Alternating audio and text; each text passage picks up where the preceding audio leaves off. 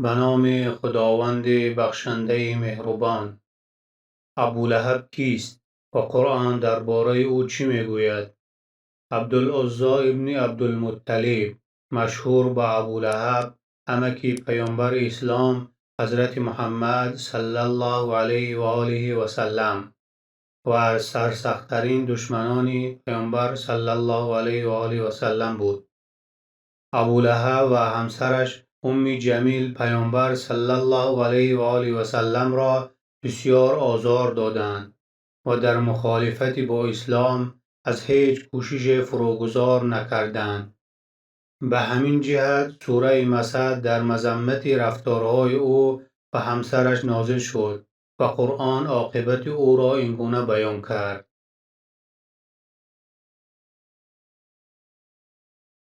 بسم الله الرحمن الرحیم. تبت یدا ابی لهب و تب. به نام خداوند بخشنده بخشایشگر.